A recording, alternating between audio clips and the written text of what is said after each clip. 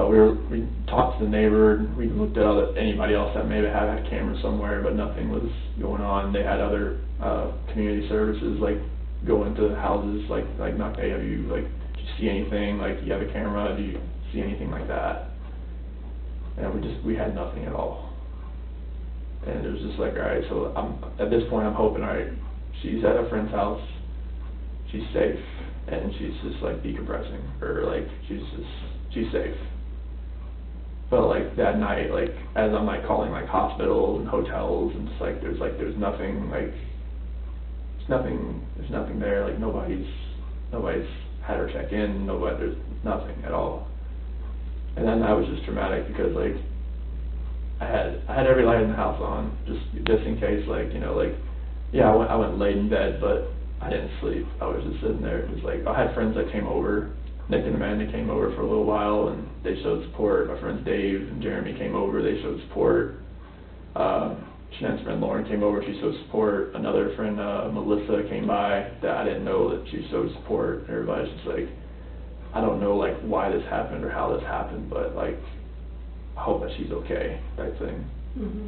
And just like, I was just hoping that I would get that knock on the door, or a phone call, or a text. I mean, her phone, they have her phone, like, hopefully maybe it's a number I don't know. Hopefully it's like, you know, like a burner phone, or some kind of like phone she bought, and she could just text me and call me like, hey, I'm okay. Something. Or just get a knock on the door, and then the kids just run in. And I was just like, it didn't happen. And when I was going through like that night, just trying to process everything, like, I miss like the kids like sitting at the dinner table and like having to tell them to eat their dinner, and like I miss them throwing their chicken nuggets at me. Like, when I went to their rooms, just kind of like, you know, make their beds, and it's like I wasn't gonna turn the rain machines on, you know, like I wasn't like, you know, gonna read them a book. I wasn't gonna kiss them goodnight. I wasn't gonna, like, you know, do that. I wasn't gonna play in the playroom. I wasn't giving them like their nightly snack, like their nighttime snack. I wasn't, you know, giving them their medicine. I wasn't, you know, getting them dressed for bed.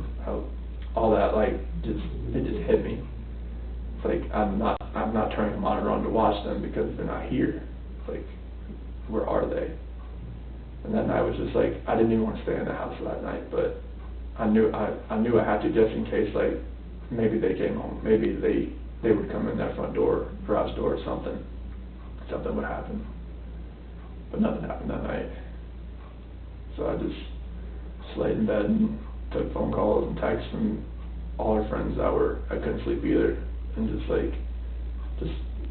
asking for prayers, just asking prayers in general, just like, these kids are gonna come home, they're gonna come home safe.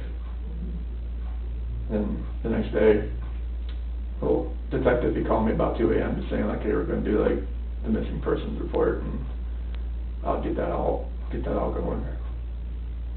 But yeah, it's like the next day, like when everything like started happening as far as the news crews like pulling in, and then all the K9 units and the drones flying over my house, it was just like, it all set in like, this is not, she's not, they think something happened.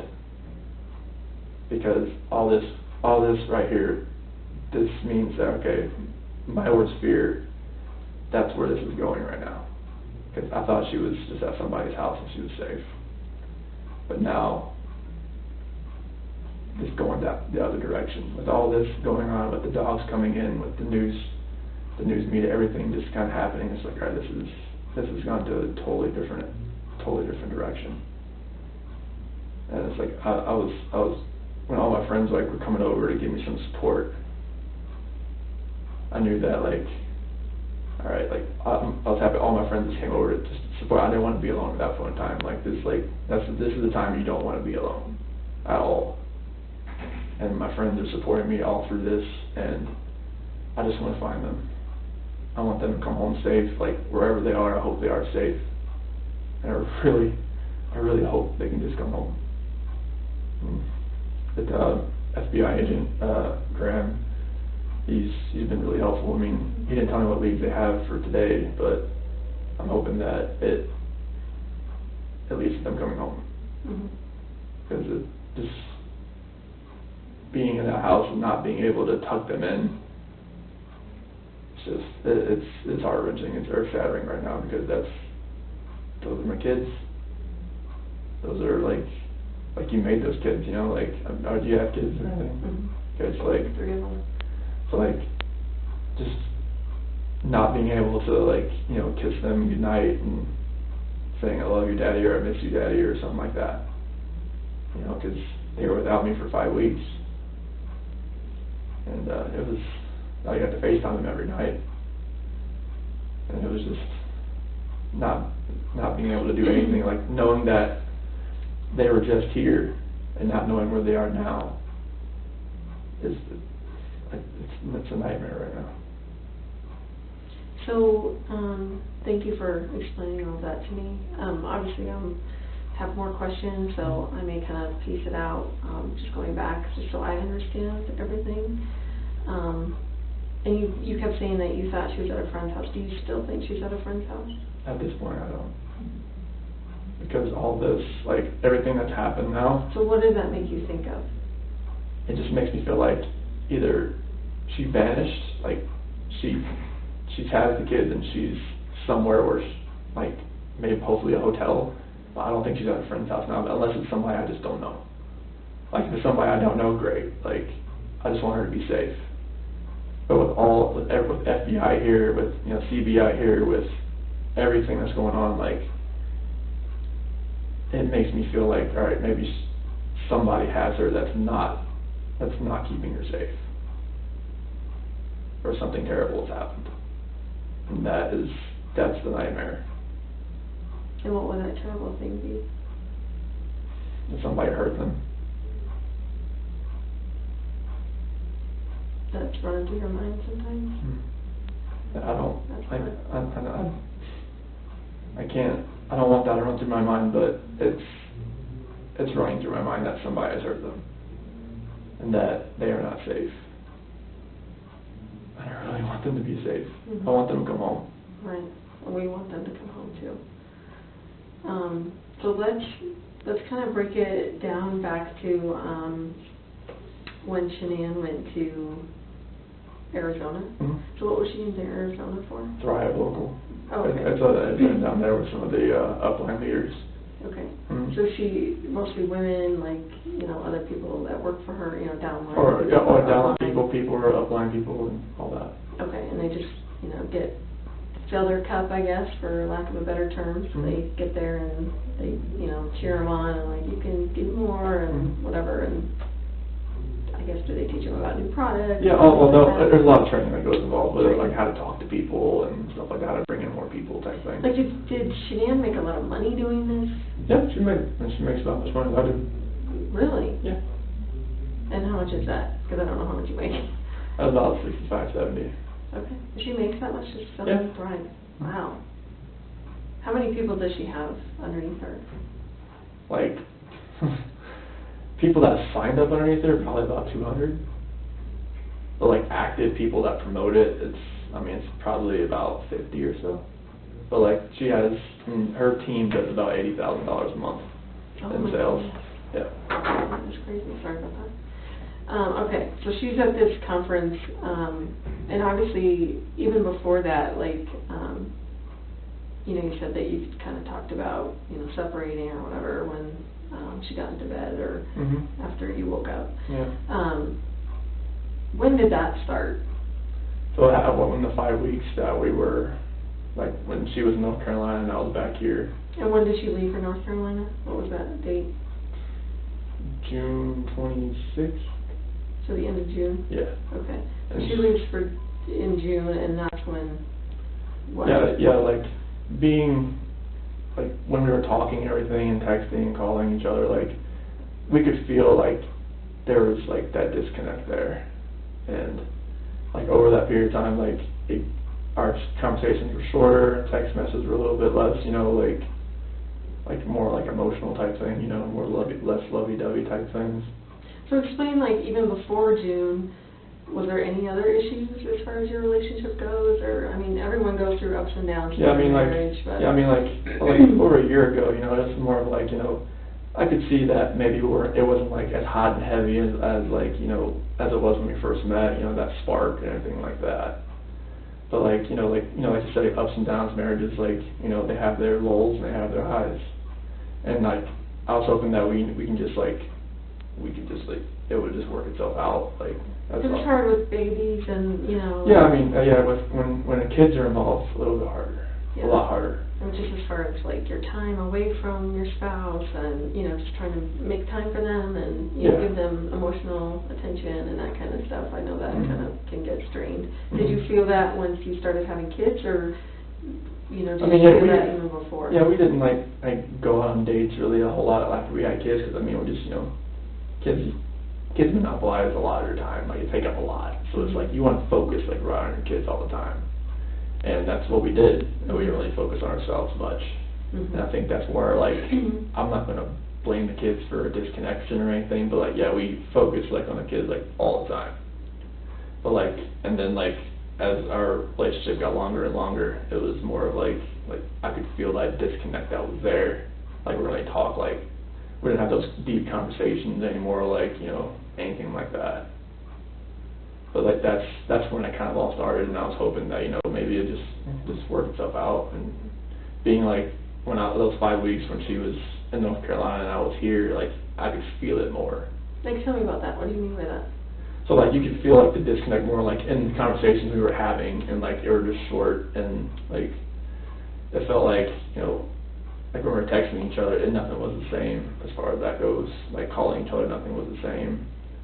And you could, when I got there, that's when you can kind of all, like, when we were talking, it was just, nothing was... Yeah, tell me about that. Like, what did it seem like when you got out there finally? Yeah, like, when I got out there, it was just like, you could feel like, you know, you get to the airport, you know, just wrap the kids, like, around, they come running through the alarm and everything, they were running through a place they couldn't even run into. And gave them a big old hug and everything, and then, like, gave Sinead a hug and everything, and just, like, you can just feel it start from there, like, everything just felt, like, different. Like, we kiss or like, anything on you? We kissed right then, but, like, after that, it was just, like, every night, it was more of, like, we talked, but it was, like, mainly it was through text. Like when you were there? Yeah, because it was more like whenever we would talk about, like, how we were feeling, it was more of, like, we were just text back and forth type of thing, because like that's how we could get our feelings more across. Because her mom, everybody was still there. Like we weren't really alone because her parents were there. So tell me about, like, when did that first text, you know, like, what was that first text like as far as, like, one of you, you know, deciding to talk to the other one about maybe separating or, you know, not feeling great about your relationship or whatever? Like, who was that first person that sent that text, and what did that text look like? It was probably on her phone, but it was, so when I got there, it was July 31st, went to the beach August 1st, and her dad was there for a few days, and then her mom came down. So we were never really, like, alone together. So that's why some of our conversations were through text as far as that goes. So while you're both there together, you're still texting each other about stuff. And what were those texts about? Like, what did they say? It's just kind of like, you know, where is our relationship going type thing. Like, where, like if we're bringing a third kid into this world, like what's our relationship gonna look like? Like, is it gonna be? Are we gonna work this out, or is this gonna lead to a separation? Is this gonna lead to where, like, we stay together and be civil with the kids, or are we gonna be our separate ways and stuff like that? And what was her reaction to all of that? It was, I mean, it was emotional, it was a lot of crying. It was just like, I'm not sure, like, how to word that, but it was more of a, what are we gonna do? Like, how are we gonna make this work? So your wife wanted to make it work.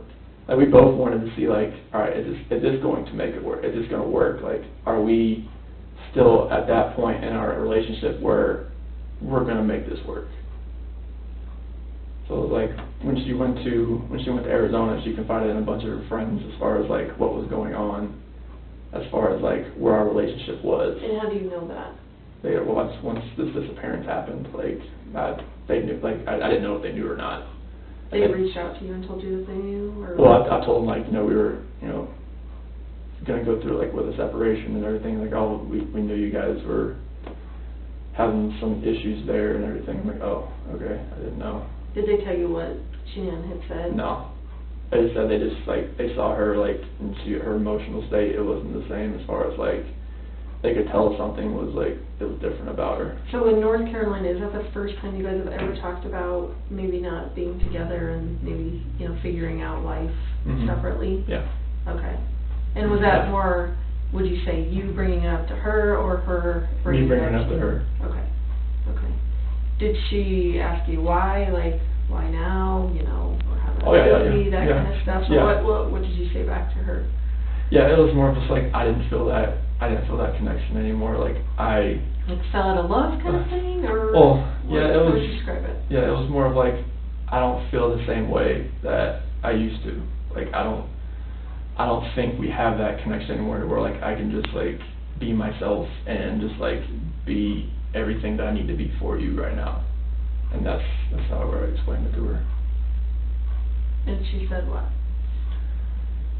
She didn't, like, know really what to say. It was just like, I don't know, I didn't see it, but it's like, I want to work on it, and I want to see where this can go. Like, if we can fix it, like either through a book or, like, counseling or... So after your conversation with her, it was your... This is in North Carolina. Right, yeah. Belief that you guys would try and work on it together, just to see if it would kind of work, or... Or just kind of, like, see where this, like, we'll take this week, like, because it was an emotional week just because of everything we were saying, and, like, what we were thinking, like, and all that, especially bringing another kid into the world. It's like, we want that environment to be as, like, healthy as possible. Sure. Did you guys, I'm sorry, it's freezing here, I'm Not going to pump this up a little bit. Did you guys sleep in the same bed while you were there? In North Carolina, yeah. Yeah, like, there was a couple, I slept in the kids' room one time, and I slept on the couch another time. Is it just because of the tension? Yeah, there's tension in there. That's good. And then when we got here, But when you're there, like, did you guys have sex at all, or? No. No? Okay. Were you guys affectionate after the kiss at the airport? Not really. Okay. That's where we could feel like it wasn't really there at that point in time. Okay, and up until the point where she left, was it, affectionate and? No. I mean, what was your sex life like? The last time we had sex was in, like, May, like, when the kid was born, or kid was conceived. So, that would have been in May? It would have been, like, because she found out second week of June, so it would have been, like, May. Okay. And was there a celebration or something that, did you guys go out? Did you have a date? No, she got me a few shirts that, had, like, it said, like, Dad, Code of Fish and F3 type thing. She had a couple shirts made, all of one was a back rub type thing. But as far as when you had sex in May, like, was there something special about that? We had, talked about, like, having, like, going through pros and cons of having another child, but, like, we didn't, like, have, like, a celebration, like, of having sex. So you guys, so you were talking about maybe having another kid? Yes. And then you were actually trying that night to have another kid? Yeah, I think after we waited until she was, like, when she was, like, ovulating type thing. Was she keeping track of that? She always has that on her phone. Just like OCD, right?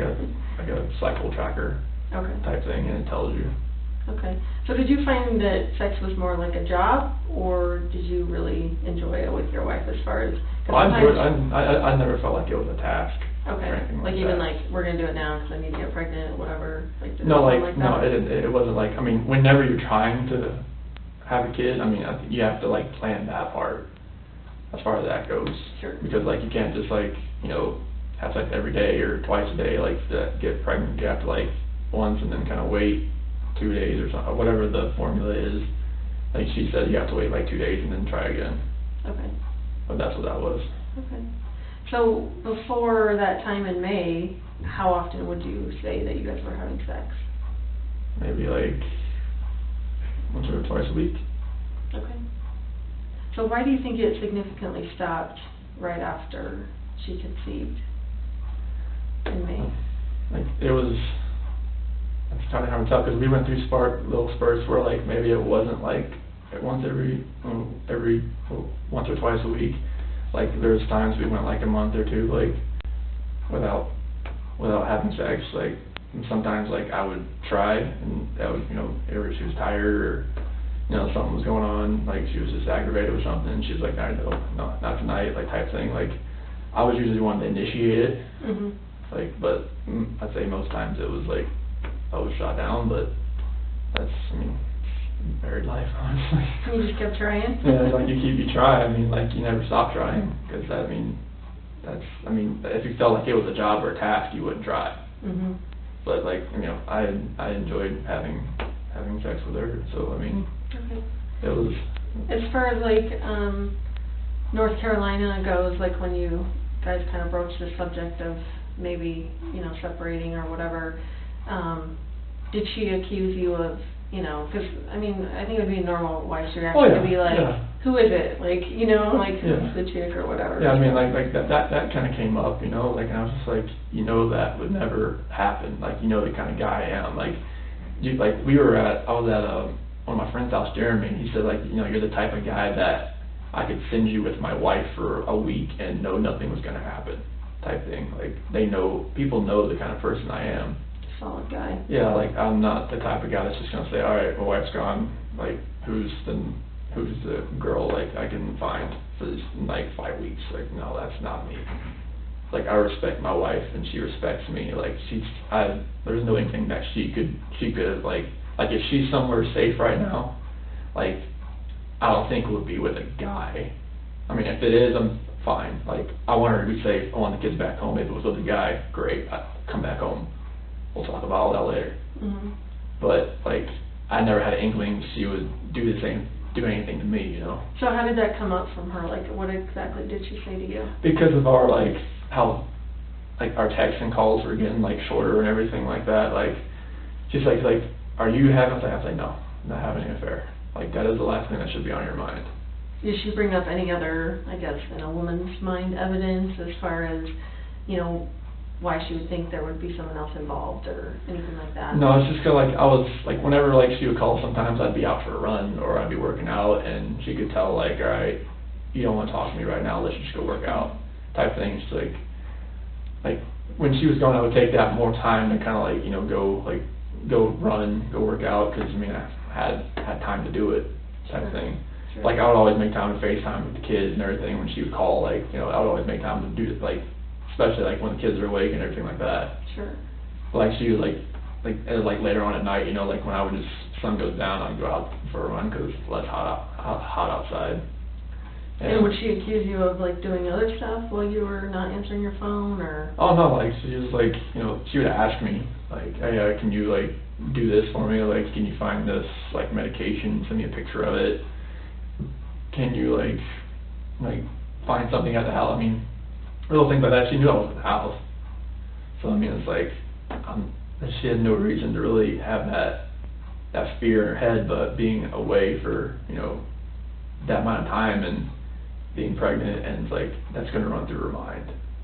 Has she ever been away that long before? No. Okay. And you talk about, you know, her being pregnant or whatever, like, how was she different when she was pregnant than when she wasn't pregnant? Well, I guess you're just a little more emotional in general. I just want to make sure that. The red light? Yeah. Okay. More emotional? Oh yeah, it's like, I mean, that's normal. I mean, her cravings hadn't really changed or anything like that, but just like, you know, just more emotional and everything like that. Mm-hmm. Would she kind of admit that, like, oh yeah, I'm pregnant, whatever? Well, I mean, I guess she's like, you know, she's just, you know, she's with her mom, and she gets rarely, you know, her mom's like really, like, she's full Italian, so like, she's always like, you know, always just like gung-ho about everything, mm-hmm. and it makes you, like, really anxious sometimes, and like, you know, like, it's a lot of stress being over there with, you know, her family and my family as far as like everybody, you know, like she's over there by herself with the kids. Do you guys all get along? Like does I mean, yeah, we all, parents- I mean, pretty civil as far I know as. you said that you went to your parents by yourself. Like, was there a reason why Shanann and the girls didn't go? Yeah, because there was an incident where my mom had something in the house that CC was kind of allergic to. What was that? It was some ice cream. And What are your kids sick with? I guess. CC's allergic to tree nuts. Okay. And so not peanuts, but like. My kid's allergic to peanuts, but not tree nuts. So. Yeah, so peanuts is like I guess it's grown from the ground. Mhm. So the tree nuts like pistachios and cashews and stuff like Those that. are the good ones. I know, and kiwi. Oh, Kiwi's goodness. like grown, like, I guess the spores have like something that's related to tree nuts, found out the hard way as well. But yeah, like there was an incident where she had something in the house as far as it was ice cream that CC couldn't have, and one of my sister's kids went and grabbed some. She was eating next to CC, and it was just a point where like Shanann said, they cannot come over here again. Because CC's the one that kind of would lunge, as she would just grab. Like, I mean, if my sister's kid had, She was having so fast you wouldn't even be able to. You wouldn't know, because I mean, like, how we figured out tree nuts was an issue is because CC had a little sliver of a cashew one day, a sliver, and made her react. And her reaction has gotten worse over her last panel was a month, 2 months ago or something like that. And her reaction was a little bit when they prick her back and everything. Mm-hmm. So like that kind of drove Shanann to where like, all right, they can't come over ever again if you're gonna have this in this house, and that's why that happened. When was that? Was that during this trip, or was that from before? It was during that 5-week span. Okay. Yeah, and they hadn't seen the kids in like 2 weeks when I got there. And Shanann was like, they can't come over. They can't go over there right now. What did you think about that? I was hurt. I was like, I wanted my parents to see their grandbabies, like, even if it's just like we didn't even FaceTime. So like when I went over there, like, I wanted to bring the kids, but like I respected her decision. Like, okay, like if you want the kids over there right now, it's fine. I just need to see my parents, like, since I'm here. Like, I'm here for a week, I want to at least like go over there, give them a hug, and see my sister, her husband, their kids as well, and just kind of just say, hey, have a cookout, and just hung out. Do you know if Shanann told anyone in North Carolina about what was going on? Oh, I'm sure she did. Who do you think she told?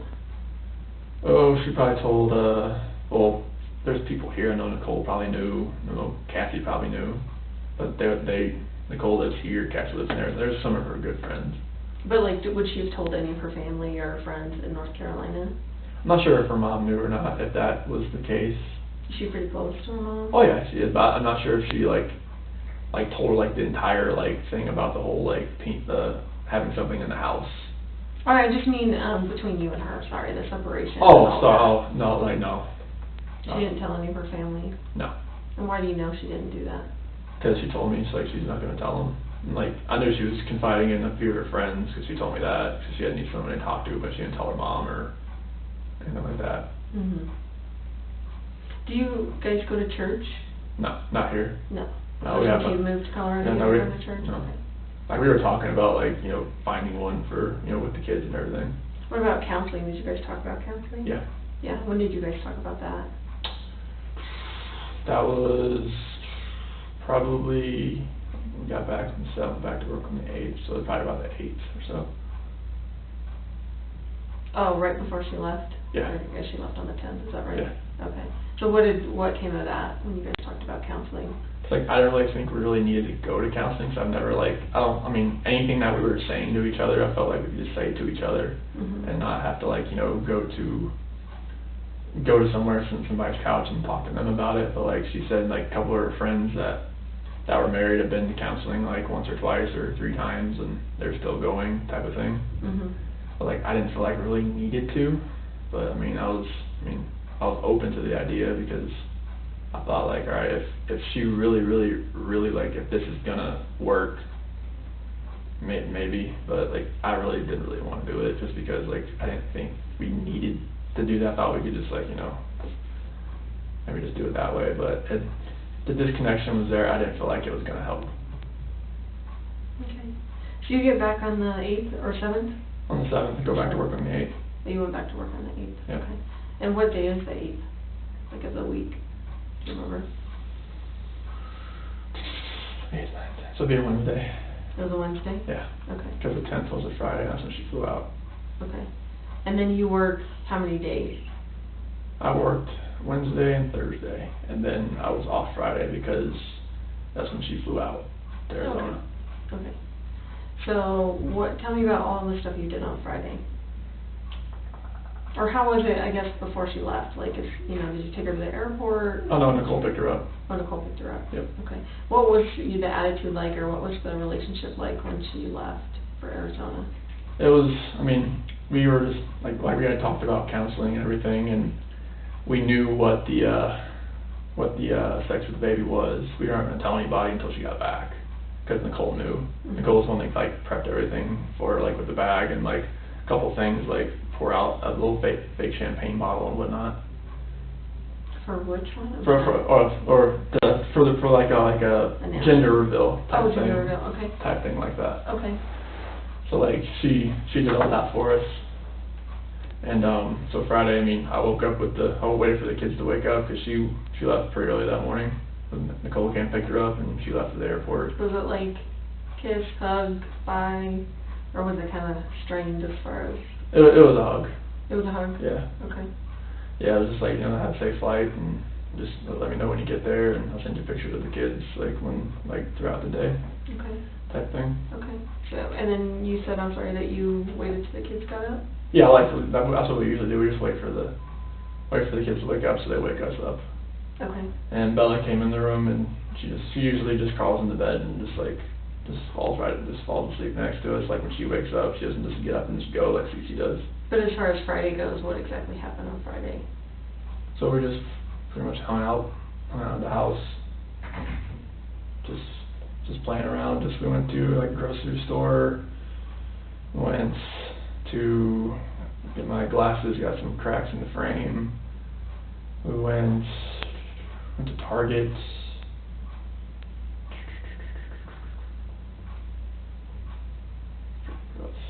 We went to King Soopers to pick up the click list over there. I've never done that. That was fun. When did you do that? Is that your first time doing it? Or do you guys do Oh it? no, she does it for me all the time. Oh, she does? Mm-hmm. Very cool. Yeah, we had made a little day of it and everything, and. So, and I'm sorry, do your kids go to preschool or daycare? Primrose. Is that a preschool or a daycare? It's a little bit of both depending on your age. Because they have up to 6 months. Okay, so what are your kids considered? In the preschool or in the... Celeste is like early preschool 1? Early preschool 1.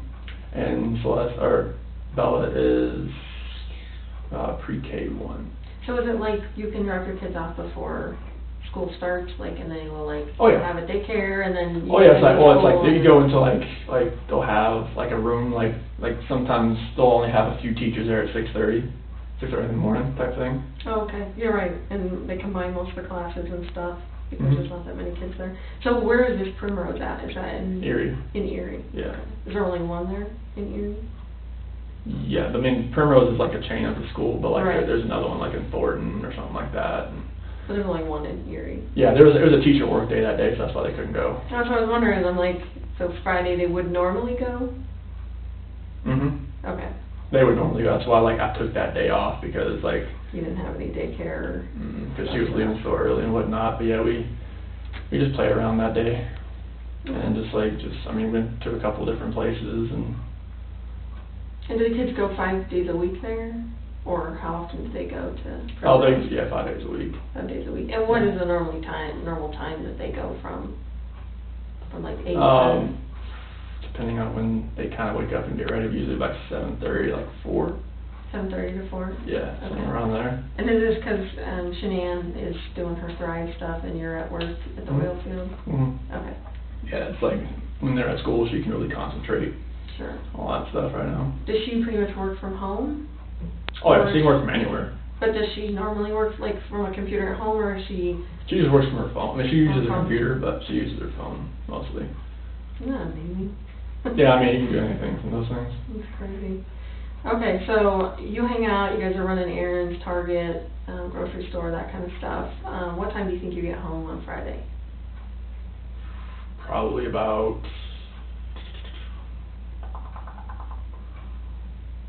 I would say probably about 4:30 or so.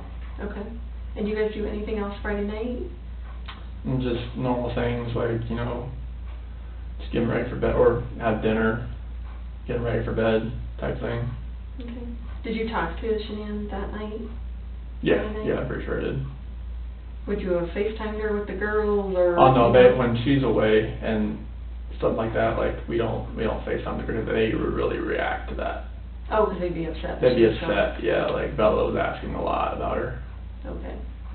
So did she talk to them, like as far as on a phone call, or no? There was no contact between her and the kids while she was gone. And that's normal. Okay. Like if she like last time there was a Thrive event that was like she went to Canada, and like it was like we do not talk to the girls. Like they would literally like have like a cry fest like. You're like, I can't handle that. So. Well, I mean, she knows, like, yeah. and, like, it would really make her cry, too. Mm-hmm. Okay. So, it was just one of those deals. Right. So what time do you think they go to bed on Friday night? Probably about,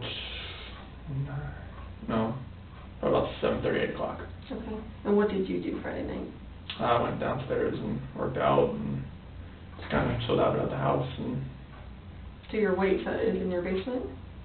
Yes. Okay. So you went and worked out, and then how do you chill out? Like, what do you normally do? Sports Center, and just like if there's a cool movie on to watch or something like that. And did you have anyone over on Friday, or Mm-hmm. anyone stop by, or Mm-hmm. anything like that? No. Okay.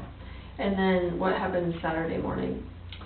Saturday morning, kind of the same thing. Like Bella came in bed again. Like when she wakes up, she comes into bed and just kind of lays next to me, and then just kind of waiting for Cece to wake up, type thing. And then I was gonna go to Costco that day, but Shanann said she'd just do it when she got back.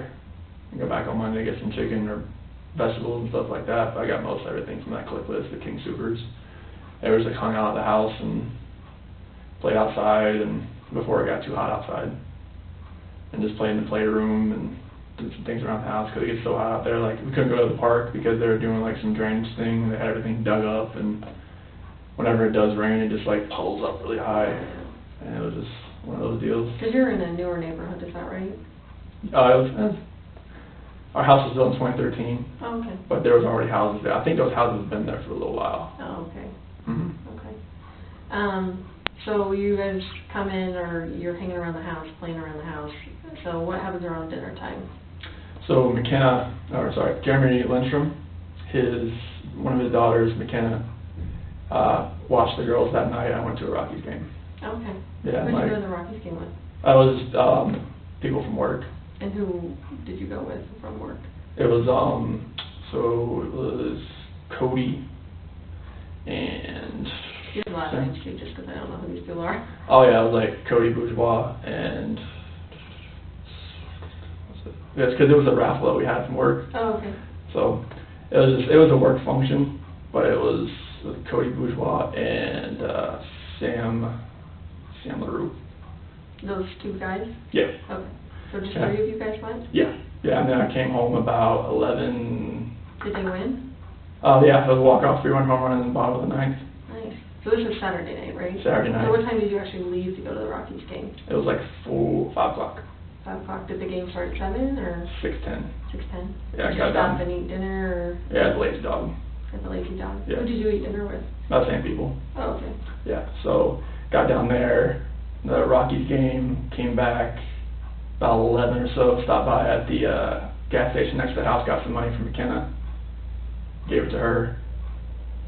What gas station is that? The one right by our house. Do you know what kind it is, or? Conoco. Conoco? I think it's next to a Pinocchio's restaurant. Okay. So Is the ATM inside? Yes. Obviously? Yeah. Okay. Yeah, so we got that. Talked to Shanann on the way home. From the Rockies game? Yeah. How did you get there and back? With the Lexus. Oh, with the Lexus. So did you pick up anyone on the way? Did you give rides Mm-hmm. to anyone? No. You just met them down there? Yeah. Where were your seats, do you remember? It was on like the third baseline. Like good seats? They're decent. First level, kind of? Like 10 rows up, probably, somewhere there. Nice. It was not too bad. How much did you pay for the raffle? Oh, it was just something to enter. Oh. Something to enter in there. Nice. But they always have something like for a golf tournament. I'm not a golfer or anything like that, but it was just something to enter. Do you and your, like, people you work with get together every once in a while? Not mainly. This was just like a random thing. It was something, I never won anything, so it was just like one of those random things. Did you pick them to go? Like, I won that one ticket. All three of you won Yeah. the ticket? Yeah. And did anyone else meet you guys there from work? Or? No, it was just a random thing. Okay. Yeah, but when we got home, I called Shanann.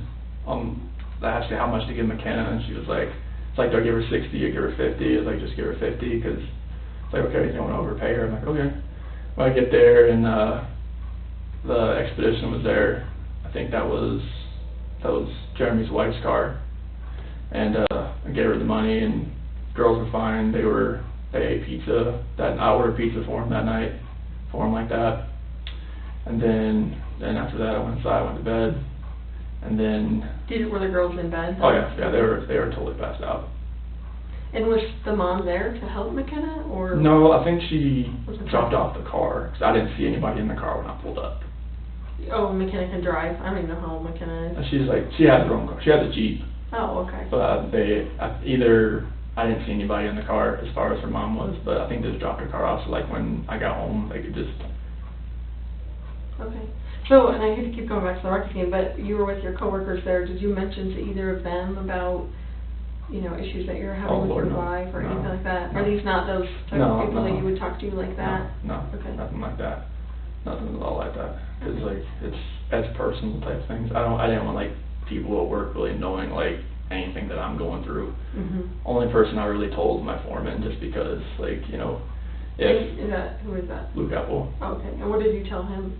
I just told him I wanted him to be aware, if he felt like my mind was not on task, that tell me and just send me home type thing. Mm-hmm. Because at work, when you're there, you need to be, because there's so much pressure around. Not like pressure, like wellhead pressure, yeah, that kind of pressure. Dangerous. Yeah, you stand in front of a master valve or a needle valve that could be open or something like that. So you don't want to be 100 pounds could kill you.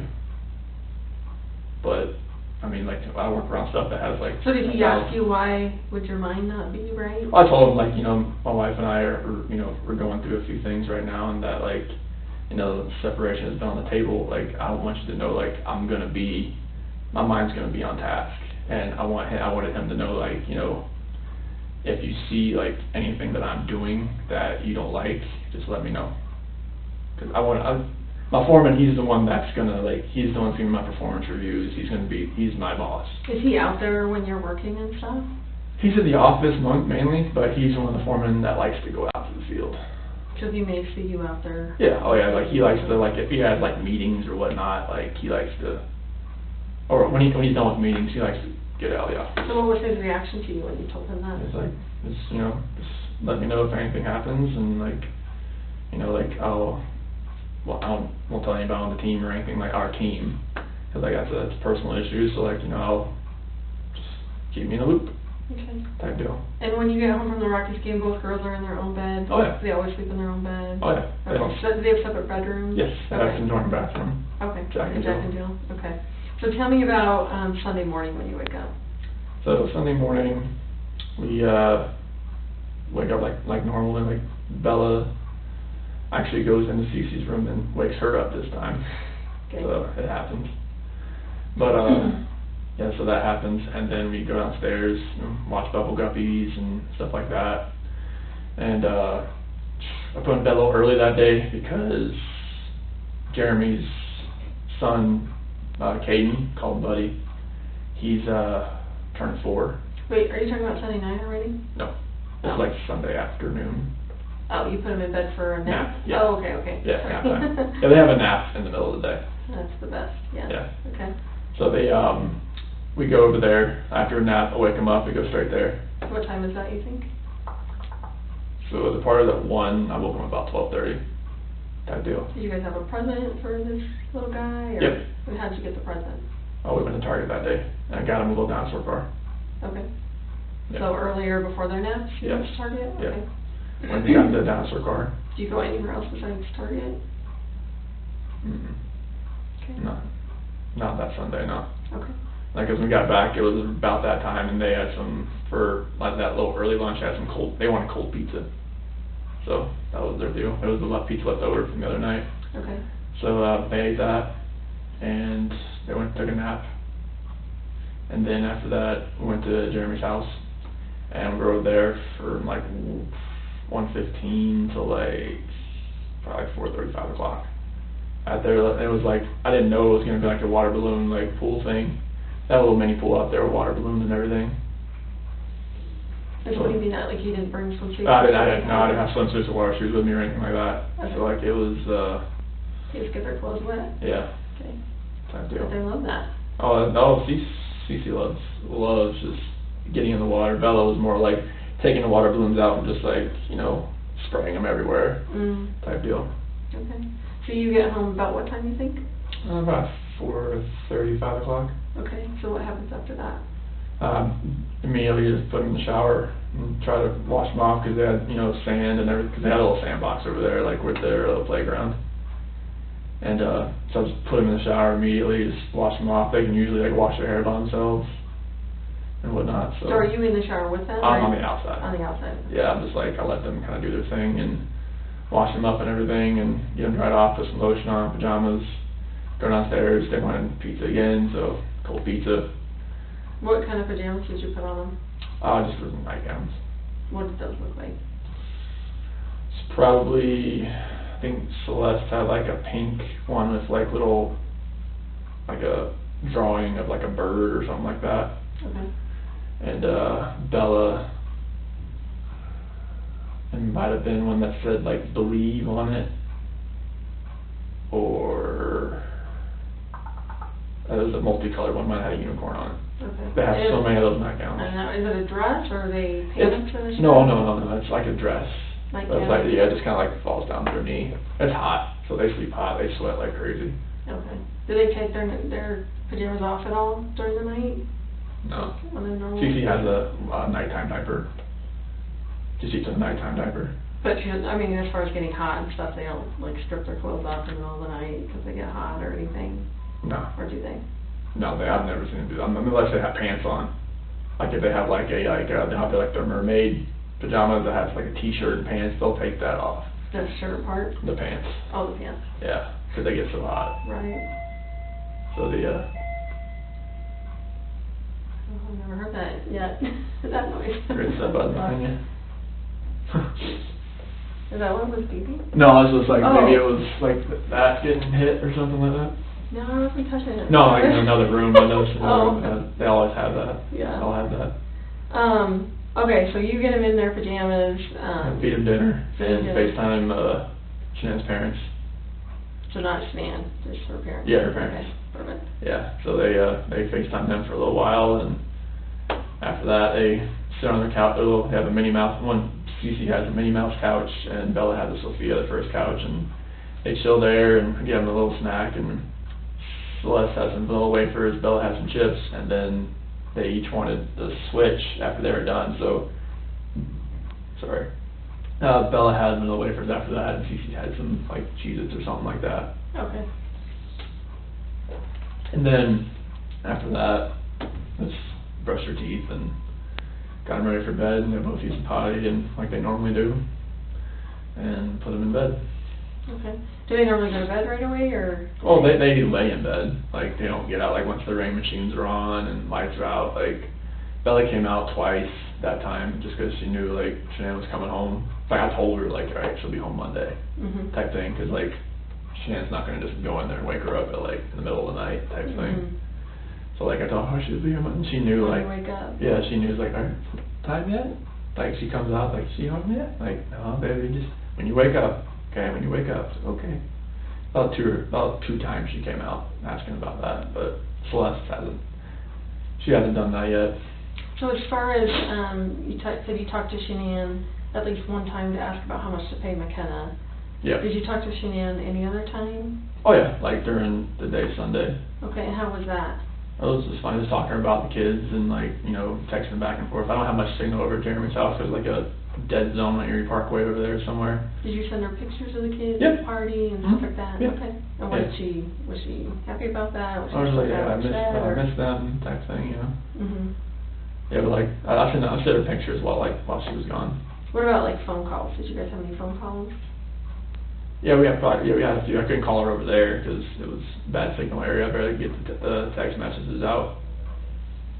But yeah, But you didn't call her at Jeremy's, is that what you're saying? Yeah, I couldn't. But the other time, like Saturday night? Oh yeah, like everything. Yeah, we just, you know, talked and asked how everything went and everything like that. And once I got him home, like after the party and got him to bed and everything, told, you know, Bella's like, she knows you're coming home and she's ready and everything. And she was texting me like about like 'cause the power went out, I guess, in Arizona because of the dust storms, and her friend Addie and Cindy, like, they paid for dinner and stuff like that. And yeah, Nicole and her were at the airport, and Addie's plane got delayed, and they were hoping theirs weren't getting delayed, but it ended up getting delayed. So what, like, if you could have taken her pulse then, like, how was she as far as communicating with you? Was she, you know, like same old Shanann, or was she still kind of upset, or I mean, distant? it's kind of hard to tell through those texts, but like she was ready to get home and see the girls and just be home. But as far as her relationship with you, how did that feel to you? I mean, it felt like she did when she left. Like, it felt like, you know, like she was like in that state of mind where, like, okay, she decided to be home. Like, maybe she like. It's kind of hard to really tell, but through a text. But like, she wanted to get home and see us because she had been away. Like, when she was in North Carolina for 6 weeks, and then she comes home for 2 days and goes to Arizona. Like, she only been home for like 2 days in a 6.5 week span. So she was just ready to be home, be with us, and just kind of like just be around us. So, what time was she originally supposed to be home? 11. Oh, 11? Yeah. Okay. So obviously that gets delayed till whenever. Yep. She got home. She didn't get home till like 2. She didn't leave there till like 11. I think they're an hour behind. Okay. In Phoenix. Okay. At this time of year, because they don't. Did she text you when she landed, or did you know? No, she texted me that it was delayed, and I think she texted me when she took off, but she didn't text me when she landed. Okay. I just felt her like get into bed. Okay, and you said that was around 2, you think? 2 And you know there was a doorbell thing, is that what you said? Yeah. At 148? Describe the doorbell thing. So it's got like whenever like a proximity, like she walks up. Like a motion thing? Yeah. Okay. And now, is that tied to like a home security system, or is it just a single doorbell thing? The doorbell like records it on to the our control panel. So it's all tied together? Yeah. Like garage alarms? Yeah, everything. Alarms, window, whatever? Well, there's no windows, but just like, okay. There's a living room like motion thing and a basement motion. And like we have open and shut sensors on the basement door and the rear sliding door, and obviously the front door and both garage doors. So is it anytime they're open, or just if they're Anytime open for an extended period of time? So like if the door is left open, after a certain amount of time, it'll say the front door at 28-25 Saratoga Trail has been left open. So did it alert you that she was outside using the keypad to get in when she got home, or? No, it picked her up walking up to the door. And did it alert you that? When I saw it the next morning when I woke up. It wasn't enough that it woke you up. Oh no, it's very like a faint like ding type thing. And what's the living room one? What's that for? It's just a motion detector. Like if like you set alarm to away, like you know nobody's gonna be in the house. That's, you know, stuff like that. It'll pick that up and set alarm off. Is it on when you're home though? No, like if you set it to away while you're home, you're just gonna check the alarm. Okay. So you don't have any of those like active, I guess, when you're at well, it's always active, but it's not set to. You can set it to away and stay or disarmed, but it's still gonna pick it up. Oh, okay. Like if you look on my phone, like go to the Vivint app, it'll show you like living room motion system detected. So, and I guess so just for my own knowledge, did you actually look at that? Obviously, when she went missing, and the girls, did you look at your living room alarms and that? I mean, to see if there was stuff going on in the It living doesn't, room? like, once, because we had so many, like doorbell trips, because it was messing up so much as far as, like, little things setting it off, I can only go to the history so far. So you don't pay for the cloud storage for that? No. Okay. Is that an option? They had never given it to me. Okay. But, like... So how far did it go back? I'm not sure how many, like, different, like, events that it can store. Like, it'll have notifications, you can scroll, but it'll eventually just ends. Not sure how long it'll actually keep it. So when this all happened, did you look on there and it, like... The only thing that I saw that was really strange was that, when I left, it said, the garage door stayed open. And no, so if that was on there at 5, whatever, in the morning, right? Wouldn't the other stuff still be there too that happened after?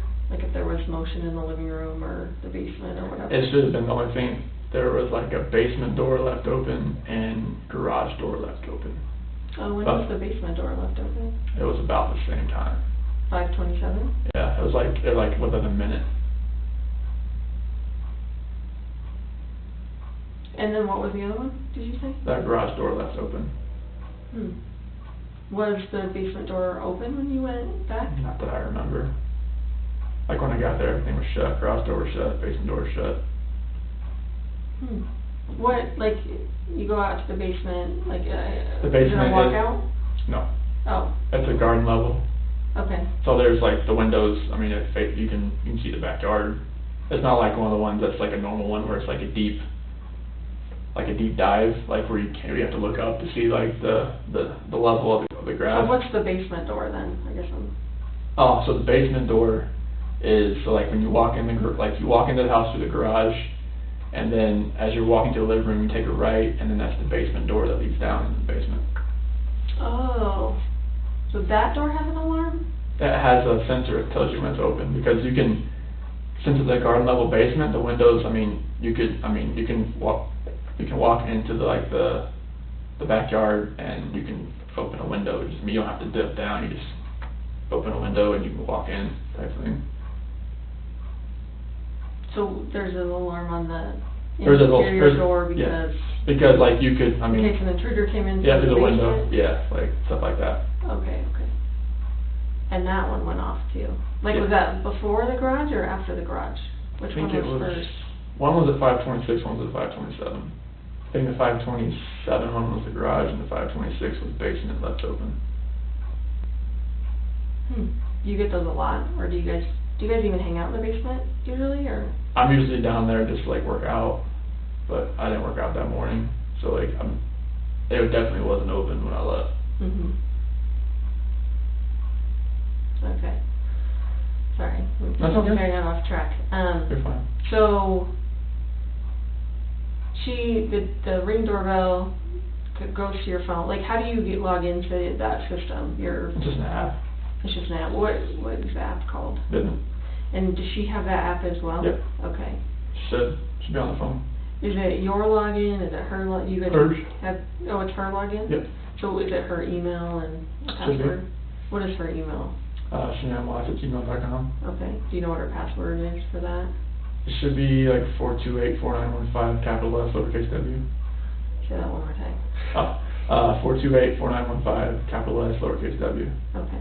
Is that what she uses for other stuff, or? Yes. Okay. Yeah, it's Kind of her. common. Yeah, it's her. Her Yeah. go-to password? Yeah, it's a phone number. Okay.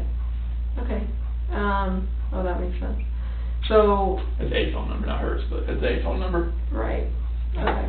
So, I know, like, I have a Ring doorbell, and, like, our flag will set it off sometimes, you know. Yeah, that's why I on. took my flag down, because, like, it kept, like, after we had, like, the camera reset, because it wasn't working for a little bit, it was picking up, I thought it was a flag, but, like, it wasn't. It was, like, picking up just, like, the tree moving around, and the bush, like a branch or something. Or just shadow or something, like, yeah, I feel like Yeah. ours does that too, so.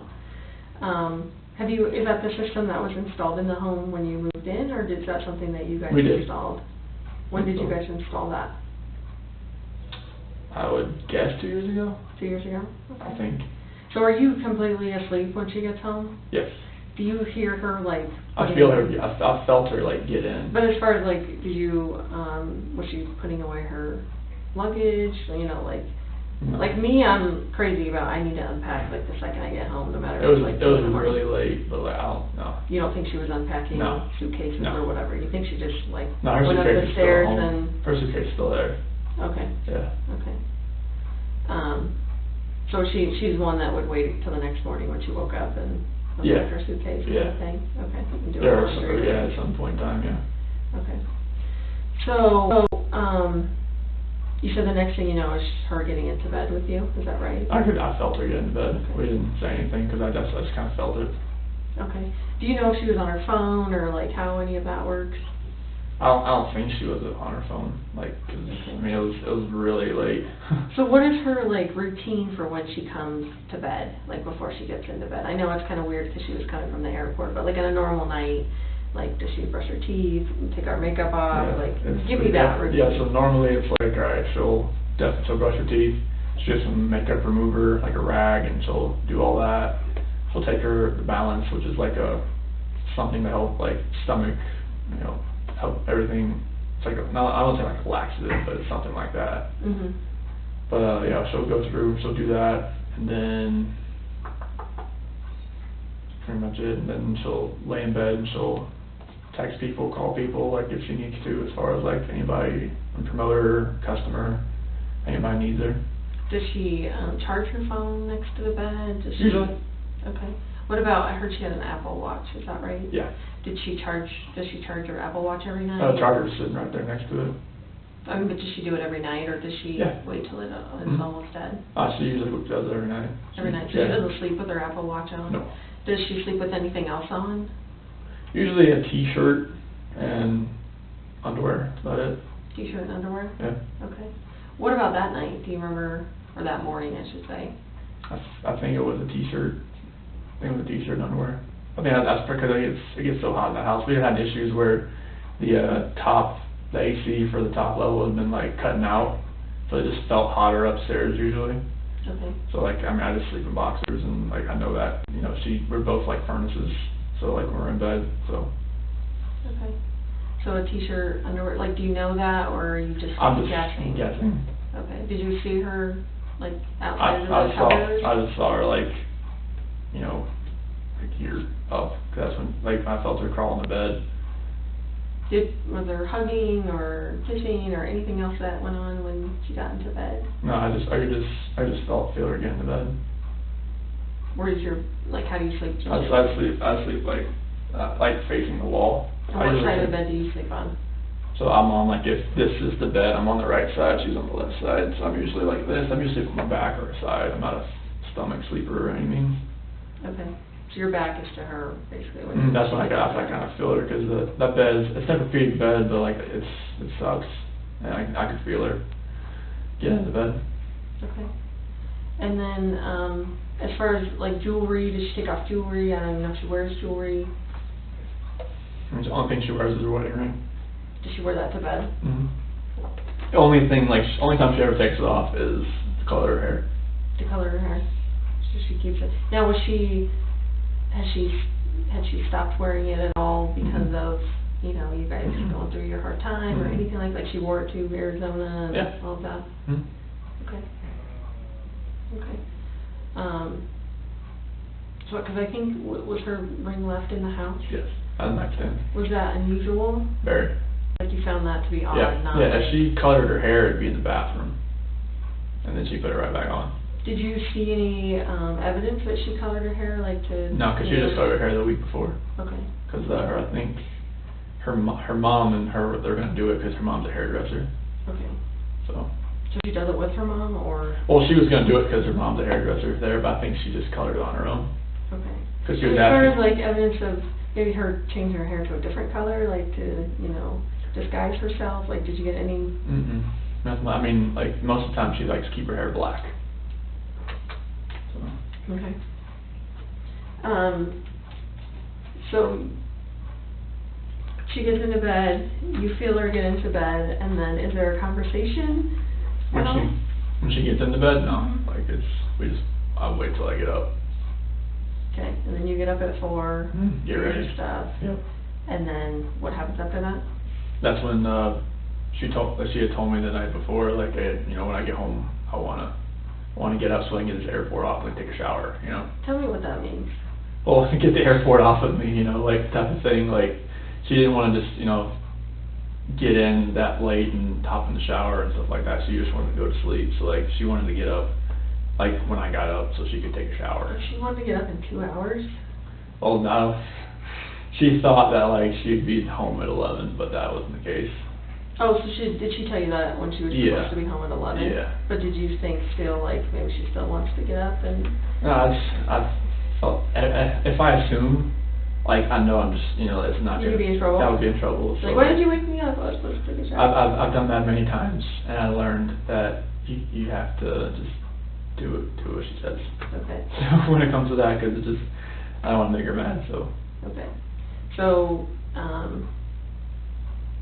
she ends up, you wake her up. How do you wake her up? I just, like, you know, like, I noticed, like, not to, like, you know, go like that, you know, just kind of, like, rub her shoulder, just kind of, like, really lightly, because she'll give me the alligator eye, like, one eye open, one eye shut type thing, and, like, look at me like, what the hell are you doing type thing. But, like, you just kind of, like, rub her head just a little bit, just kind of wake her up, like, slowly, not, we're just, like, jolting her or anything like that, and that's how I woke her up. So are you outside the bed when you're doing that? I slid back into bed. So you're in bed doing that? Yeah, okay. on top of the covers. Like, on top? Yeah. Okay. Cause I'm in my work clothes and everything like that. Okay, and what did she say?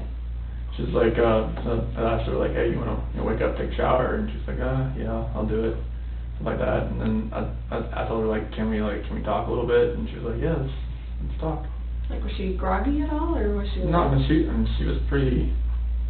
Pretty with it? Yeah, pretty with it, and surprisingly, but, like, yeah, she was pretty with it. Okay, and how did you start that conversation? I told her, like, we need to sell this house, like, we need to downsize, we need to get something to where we're not, it's not strapped so much.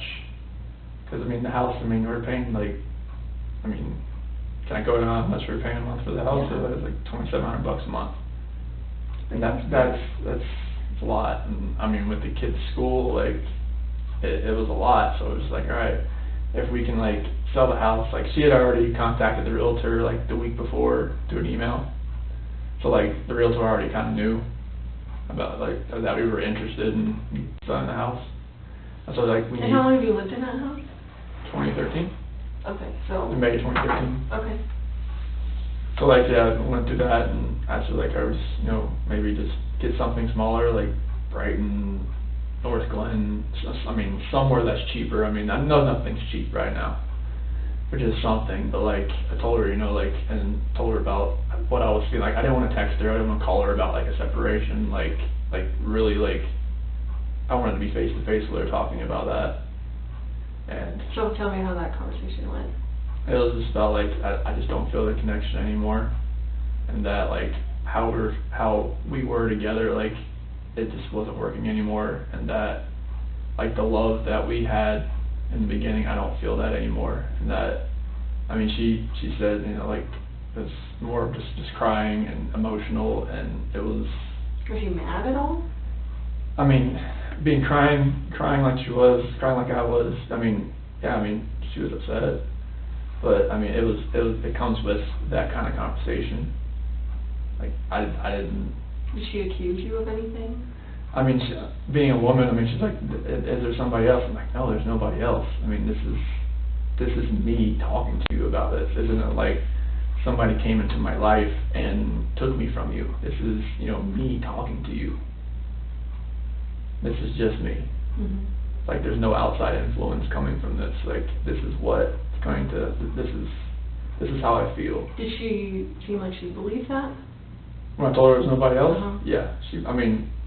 I believed her when, like, I believe that she would never have, like, an affair on me, and she knows that I wouldn't do that to her. Like, we've talked about that before, like, many times. Like, has she ever accused you of that in the past? No. Has she ever, like, suspected, like, anyone else that you're close to? Like, way, way, way early in our relationship. Like, when we first got together, and I was still getting messages from girls I was friends with, and she'd ask questions and, like, stuff like that, like, who's that, like, how do you know her, like, and I would just, like, not talk to them anymore, just, like, ease her mind type thing. Was she like a jealous person that would, you know, look through your phones or? I mean, she had full access to my phone. I know, but did she?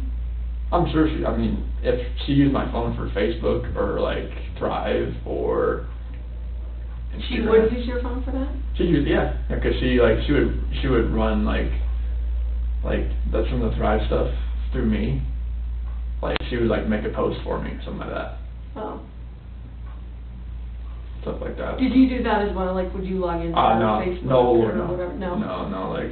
Like the only reason I logged in on Facebook like the last few days is to show the cops like other pictures and stuff like that, or show like the news crew a picture or something like that. Okay. Because she had it on my phone as well. She could just like log in there too if she needed. If like she did it because like sometimes her phone messed up and she just used my phone and it's boom, it's right there.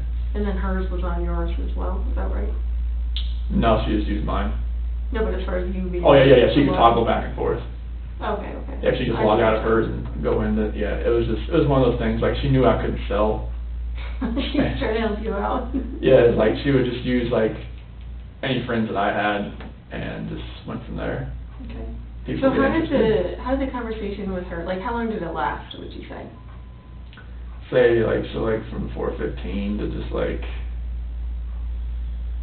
closer to, like, 5. Okay, and I guess I'm a little confused, because you talked about that you were telling her, let's sell the house and get a house like cheaper in Brighton. Well, just like I wanted to sell the house just to, like, so we can get, like, if we do separate, like, we'd have like some money to ourselves, and we could like if I was hoping she would stay here, you know, like, because she had told me before, like, you know, if we did separate, like, she couldn't afford to live here on her own, and she said neither could I. I was just like, you know, like, well, give it a shot, like, whatever money that we could get from the house, like, you know, fix it. So you weren't talking about you guys buying a house together somewhere, it was more like, let's sell it, split it, and then we can... and just, like, we can go, like, we can have some money left over, like, and be close to each other. Tell me about, I know it sucks having to sit here and talk to someone about all this stuff. That's what I needed to do.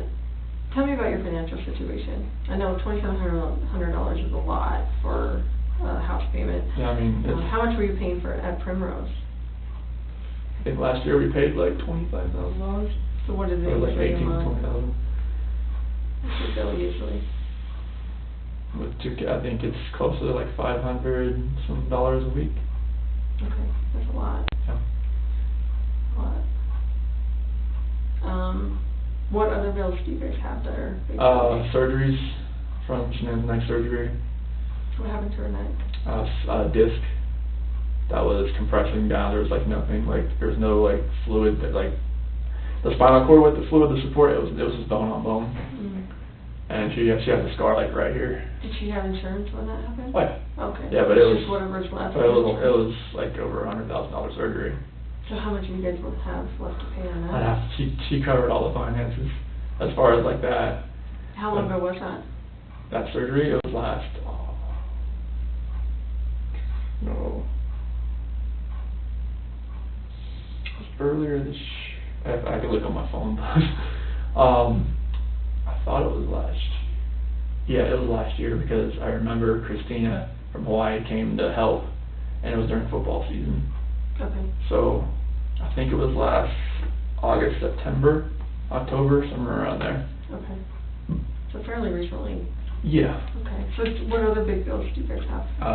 CCs, like endoscopies for EOE, because she had acid reflux. Okay.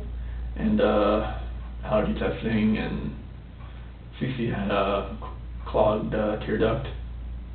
And I had that too. That was not fun. Yeah, tubes in their ears, and their adenoids removed. Oh goodness. So there was that. Yeah, there was that. What medication are they on? Are they on some medication? They have inhalers for like they were going through like, it was like, they said it was like child asthma, but they couldn't call it asthma because they're so young. So they would have like a little inhaler, the albuterol inhaler there. And CC had Singulair, which was for allergy, like, okay. And Bella, and CC had Omeprazole too for the acid reflux. Okay. And that's the stuff that you give them at night, pretty much? Omeprazole, I just kind of give CC that when, just throughout the day, like 30 minutes before she eats, if I gotta remember, like, somewhere in there. And it seems like I give it to her at night. Okay, okay. So what other big bills do you have? I think that was mainly what we paid in some credit card bills. How much do you think you owe on credit cards total? I guess it's like a random guess. Mm-hmm. I'm gonna guess about 8,000 to 10,000. Okay. I have like.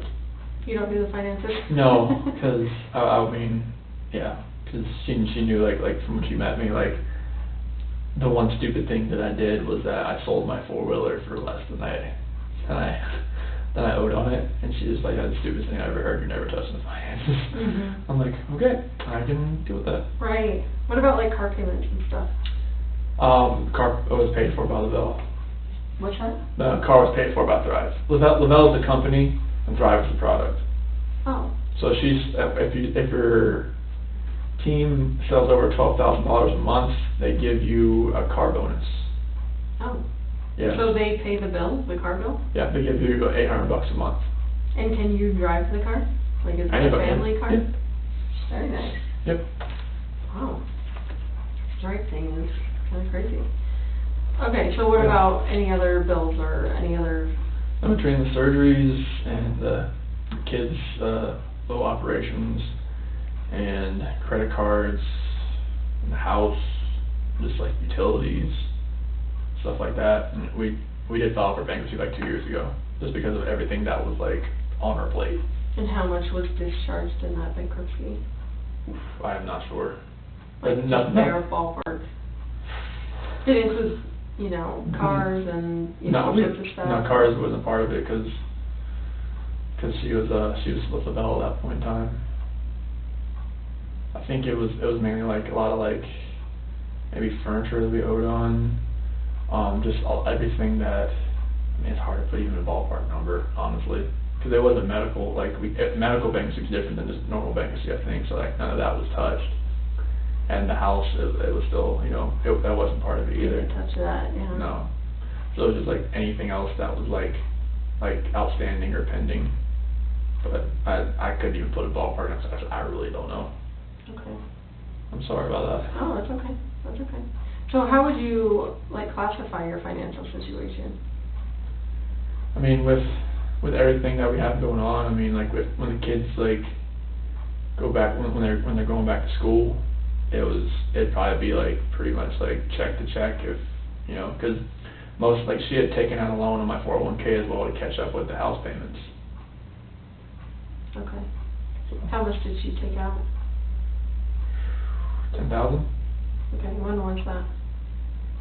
August, so I'm gonna say 5 months ago. Okay. I'm just ballparking that. Okay. Because we were like almost 3 months behind. Okay. Was it close to being repossessed, or were you getting No, like threats about that? we had a letter from Chase. That's who the lender's from. How did she feel about the situation you guys were in? I mean, she was stressed out about it.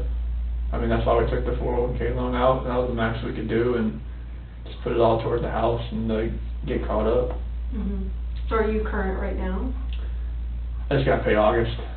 Okay. When was that due on the 1st? It's due by the 16th.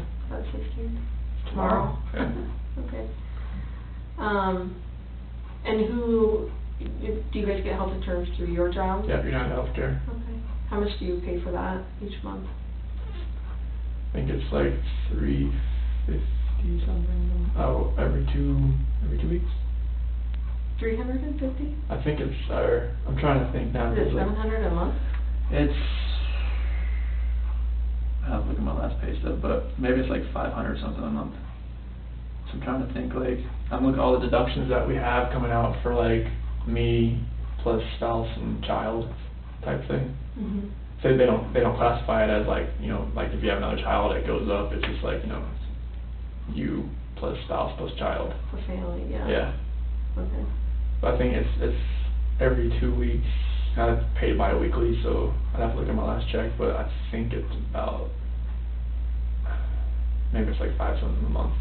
Okay. So that's health insurance. What about life insurance? Do you guys have any life insurance? Yes. Yeah, I got one for Shanann through work, and then one for both kids through work.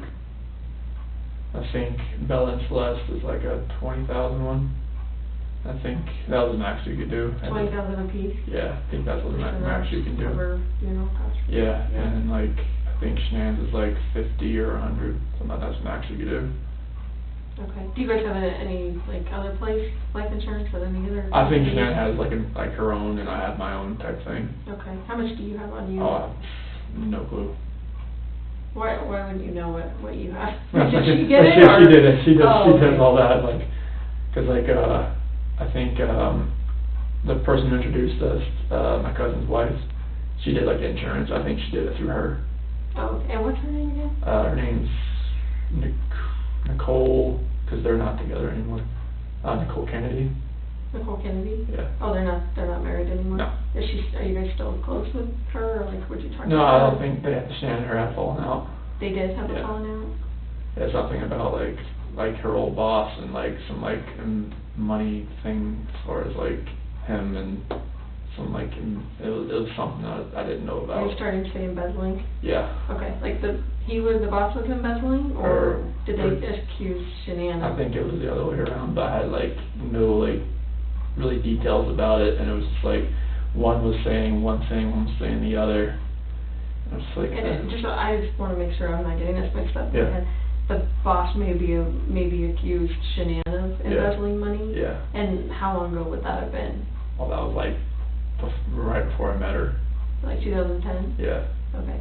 And where was she working? Was she working at that? Like her boss was the one that owned all the wheel shops. And I think Nicole Kennedy gave her, she did insurance at that point in time. And okay. So whatever happened with that? Like the boss accusing your wife of... they're still good friends. The boss and your wife? Yeah. Okay. Yeah, he's like putting everything out on Facebook, like to everybody. He has contacts all around the world.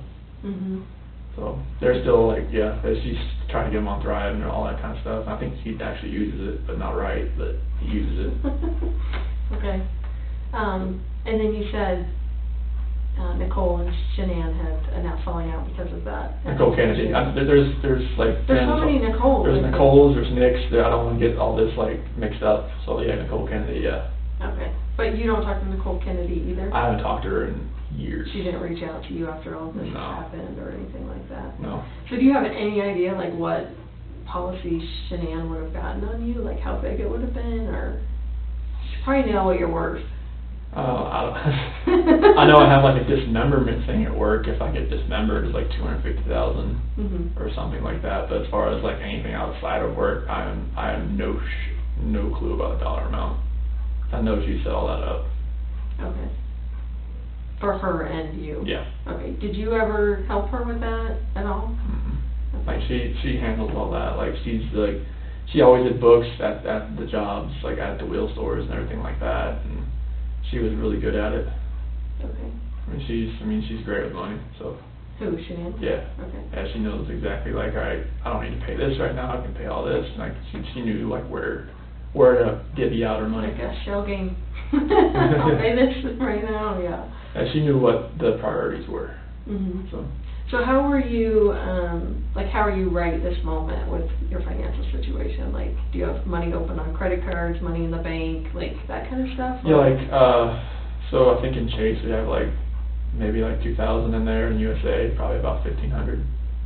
Are those checking accounts or those just? Checking. Checking? Yeah. Okay. As far as credit cards, like, most ones I haven't used credit cards because I know they're like pretty much like she pays the minimum on it, so like I don't use them. Like maxed out probably. More than likely, I mean if they're with the interest payments and whatnot, just pay the minimum. They don't go down much, but like I know like Capital One maybe has like $100 left to spend on it or something like that, and like the Credit One and the other Capital Ones, like I know those probably don't have much on them, so I don't even use them. So when you're talking to Shanann, obviously in the bed about, your financial situation and that you think you should separate and that kind of stuff, like, does she ever, like, act out against you, like, you know, being pissed off, like, slap you? No, like, hit cause, you, no, you're talking about financial situation in general? No, like that morning when you guys were talking in bed and she's crying and upset, like, does she act out? Oh, no, against you? we've never, like, raised a hand to each other, struck each other, like, we don't even really yell at each other, like, it's like, when we talk, it's pretty civil. Mm-hmm. I mean, she didn't raise a hand, she didn't yell, she didn't do anything like that. Okay. And you? No, definitely not. Okay. So when is, like, how long did you guys end up talking in the bed? So it was almost about 5. Okay. So about 45 minutes? Yeah, it was like give or take, yeah. Okay. And then she tells you, I'm taking the kids to a friend's house, but I'll be back later. Yeah. And she didn't tell you what friend that was, or did she? That's why I was very vague, and that's why I texted her later that day, like, hey, like, if you could tell me where you went and where the kids up, like, where you took the kids, like, yeah, I'd like to know. Okay. And then, you do what after you get out of bed? Yeah, so like I go downstairs and pack my lunch, make a protein shake, down that, fill my water jug up, get my computer, get my book bag, and put some more tools in my truck. And your truck is where at this time? It's over on the corner of the house. Yeah, it's over on the west side. And that's where you normally park the truck? Mm-hmm. Like either there or across the street where the neighbors is over there. Because I had parked over there because there's somebody going through the garages and cars parked on the outside and like stealing stuff. Like in your neighborhood or yeah. Just in Frederick? In our neighborhood. There was like 3 or 4 nights in a row, like they found somebody. Like on cameras. Like, so are you saying you parked the truck a little closer to your house, or? Well, like sometimes I was parking on the neighbor's side where his camera faces. Oh, just so they can catch it. Just like cause my doorbell camera doesn't reach that far. Okay. And do you know what his camera angle is? Like, have you looked at his surveillance video? He told me where to park it. Oh, he did. Yeah. So that I could watch it. Yeah. Okay. He told me to park it like right. I didn't want to park in front of the driveway because I didn't want somebody to back into it. Like if his wife or somebody forgot, like, oh, there's not usually a truck there or something like that. Mm-hmm. Didn't want someone to back into it. Sure. So tell me that morning exactly what you did with your truck and. Yeah, so I got in my truck, pulled forward, backed up to my garage so I can get everything in because like since it was over the weekend, like I had everything already inside. Like I wanted to just have my big clear container, have my O-rings and like my headphone or my earbuds and everything like that, and I had to get a couple like combination wrenches, opening wrenches from my toolbox. I knew like I was going to rebuild a stuffing box that day, or helping Troy do that, and Cody and Melissa and Chad were going to be out there too. So I had to get some opening wrenches and stuff like that out of my own toolbox because that works better than the ones like because they're longer, more torque on them. So got all that, threw it in my truck. And are you talking about you threw stuff in the back of your truck or no, in the passenger compartment? For passenger, I got 2 big clear containers in there where I keep things organized. So that I like if I have somebody riding with me, like if I have like a ride along or something, like because I do trainees every once in a while, so that they can have their stuff in there too, so I can just slide stuff over, move it, and just like they can just jump into. Okay. Okay. So you load all that stuff up, and then like how long do you think that takes you to do that? Probably 10 minutes. Okay. So and like 5:15 to like 5:25 or so. Okay. And are you actually backed into the garage or just in the driveway? Backed in, well, it's like not really backed into the garage because her car was sitting in the garage. So how far in the garage do you think you were? Quarter of the way. A quarter of the way? Well, because not a quarter, maybe like an eighth of the way. Okay. Is it a big truck? I haven't seen it. It's F-250. Okay. Yeah, it won't fit in the garage because it's too long, so. Okay. So you load all that stuff up, and then what do you do from there? Get in the truck and pull forward, close it, or hit the button for the garage door to close and drive off. So how often do you actually take your tools out and put them in the garage or in the house or wherever you put them? I'll take that container out. I usually do it like once, like on the Friday, like I got everything done and like get it in there, get it in the house. So is that normal that you would take it out on Friday and then that Monday when you go to work you would back your truck in and load your stuff in? I mean, yeah, that's pretty normal for me. That's a normal thing, routine that you do? Okay. Just because you don't want to leave it out there for the weekend No, or the weekend. yeah, like, 'cause that's, especially if somebody's like riding or like going around trying to steal stuff out of like trucks or things in the. But during the week, you at least Oh, yeah, park it in front yeah. of the camera or something. Or yeah, like I'm usually pretty, or I'll like back it in on one side where like if somebody had to go up to my truck, maybe my doorbell camera will get it. Okay, okay. Just something like that, just something, trying to be like proactive about it. Sure. So, you end up pulling out, do you put the garage door down? When Yeah, you like I hit it. I hit the opener. Give me an idea of the route that you take to work, because I don't know this area and how you get to work and stuff like that. It seems like you kind of work out in the middle of nowhere, so.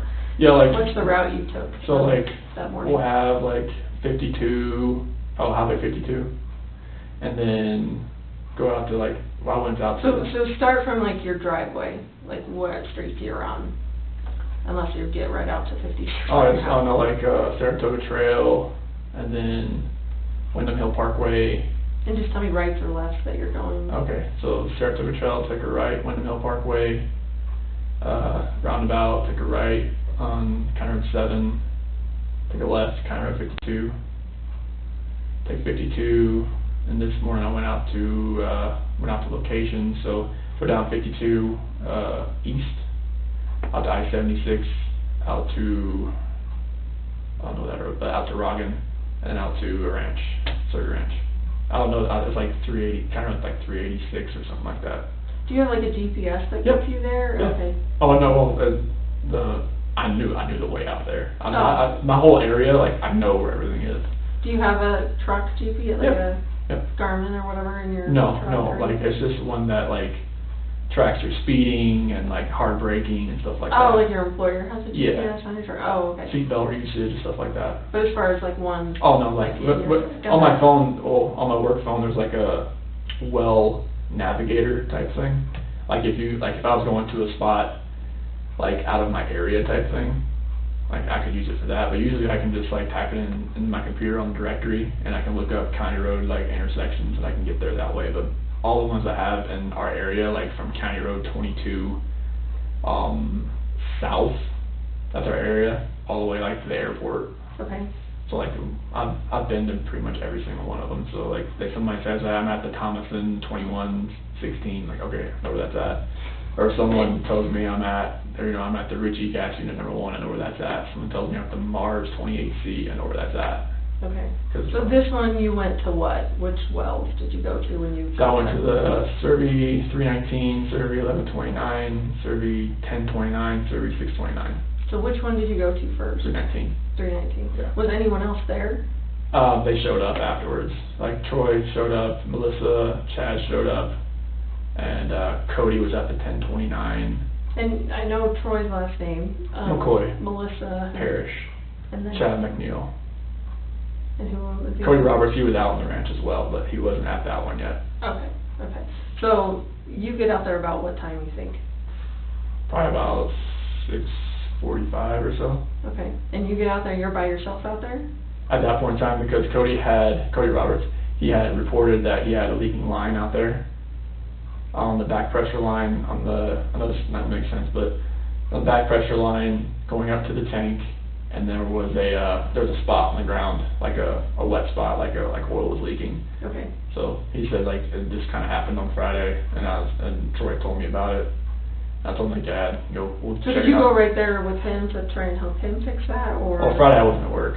No, I mean, but Monday morning, because wasn't Like he was gonna meet me out there, Oh. but he decided to go to that 1029 first to check on that pump unit, get it trying to stroke up, trying to see if it'll like get some pump action downhole. Okay, so you're at 6:45 at The well 319. 319, and where you're like, what time do your other people show up? Probably about, I'm gonna say about 7:15, 7:30, somewhere around there. And I'm trying to pressure test the line to see if I can find a leak. Did they And- see you, like, I mean, Yeah. is this, like, Yeah. your truck's out there, and Yeah. you're out there? Yeah. And, Yeah, okay, you everybody. having conversations? Yeah, oh yeah, everybody's out there, like, we're pressure testing the line, we're digging that line down a little bit, so you can see something spraying out, and like, So why are they not there when you're there? they went to the office first. Most of the time, like, either they go to the office first or you go to the field first, one of the two. Okay. Like, we have a couple guys that start out in the field, some people start out in the office. I just knew he had a leak there over the weekend. I was just like, alright, let's see what this is. I don't want this like getting like somewhere where it's gonna get so big that it's gonna be like, alright, we've got like a health, safety, environmental issue on our hands. That's like there. Okay. And as far as you leaving at 5:30 and getting to your place at 6:45, is that normal? Like you would normally leave That's just at 5:30? I usually do between 5:30 and 6 o'clock, somewhere around there. Okay. I just knew it'd take us a little while to get out there. I wanted to be out but we usually like to start work at like 6:30. Okay. So like if I'm going to the office, I'll leave like 5:50 or so. Did you pick up anyone on the way or stop no, anyway? Oh. Like at the convenience store, gas station, any stops? No. On the way out there? No. Okay. So you go straight out there, all of a sudden the coworkers start showing up around 7:15, 7:30. Yep. And then how long are you at that well? Probably till, because we were at that 10:29 like for most of the day. I know at that 10:29 we were probably there at 11. Because we were there, or probably maybe about 10 o'clock we were there. But at that one location, probably about an hour. Trying to get, because we had to dig out that line right where it was leaking, right where because when the pipe comes out of the ground, it was leaking like maybe like a foot underneath it. And what had happened, like either like something like ate through it or corroded the pipe. And when we were pressure testing the line up to a certain PSI, we finally got up to a certain PSI, and it just started this like bubbling oil out of the ground. And it was. I don't know anything about that, but that sounds bad. I can show you a picture, but it's on the phone. That doesn't sound like that's how it's supposed to work. So Yeah. Okay. So 11 o'clock, you're at 10:29. Yeah, I hit the other two locations I told you about in between, because at 10:29 we were there for the rest of the day until I left. So 3:19 till when, do you think? Probably till about 8. 8 a.m.? Yeah. And then you go to which well? I stopped by that 6:29, but I wasn't there for very long, probably like 30 minutes or so, because I had some whip checks that because that wellhead we were getting ready to turn back on, but it was missing 2 parts at the wellhead. I thought I had 2 whip checks, only had 1, so I was like, oh, gonna do that. And who is at that well when you get there? No, that was there. Okay, and then the next well number is what? The 11:29, I drove over there to see if it was ready to run. It wasn't, so. And what time do you think you got there? Probably about 9. Okay. And then you were there till 11, is that what you said? No, I was there till probably about 10. Oh, 10, okay. Yeah. And then where did you go after that? 10:29. Oh, you were there from These 9 are all to well 10. numbers. I'm sorry. I'm sorry. No, I know this is all like, it's good. So you were there from 9 to 10 at Yeah. the one before 10:29. Yeah. And then you were at 10:29 from 10 o'clock till... Until I left. Until like 2 o'clock, or till 1 o'clock when I left. Till 1 o'clock, okay. Yeah, because we were there for a while. We had to replace stuffing box rubbers and take everything apart, because the rods were getting so hot. And who was at 10:29? That would have been Cody Roberts, Chad McNeil, Melissa Parrish, Troy McCoy. Those are all. So you guys all kind of just hop around Yeah. to different wells or whatever? On that day we did. Because Melissa Parrish, she's one of our green hats, that's a trainee. And it was Cody's route, and Chad is another one of our field coordinators along with Troy. Okay. Mm. So they were kind of showing her the ropes and that Yeah, kind of stuff? Okay. definitely. Okay.